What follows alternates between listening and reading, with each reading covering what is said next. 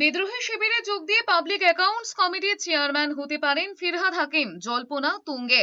এখনো পর্যন্ত নাম চূড়ান্ত না হলেও ঋতব্রতপন্থী শিবিরে বারবার আলোচিত হয়েছে মেয়র ফিরহাদ হাকিমের নাম। বিধানসভায় বাজেট অধিবেশনের শুরুর দিনেই ঋতব্রত শিবিরের বেঞ্চে দেখা গিয়েছিল ফিরহাদ হাকিমকে। এরই মধ্যে ঋতব্রতপন্থীদের প্রশিক্ষকের ভূমিকা পালন করছেন ফিরহাদ হাকিম। তার সঙ্গে ছিলেন সাবিনা ইয়াসমিন। বিদ্রোহী শিবিরের জন্য প্রায় প্রতিদিনই সময় দিচ্ছেন কলকাতা বন্দরের বিধায়ক ফিরহাদ হাকিম। কিভাবে বিধানসভায় আচরণ করতে হবে, কিভাবে জমা দিতে হবে প্রশ্ন খুঁটিনাটি হাতে কলমে শেখাচ্ছেন ফিরহাদ হাকিম।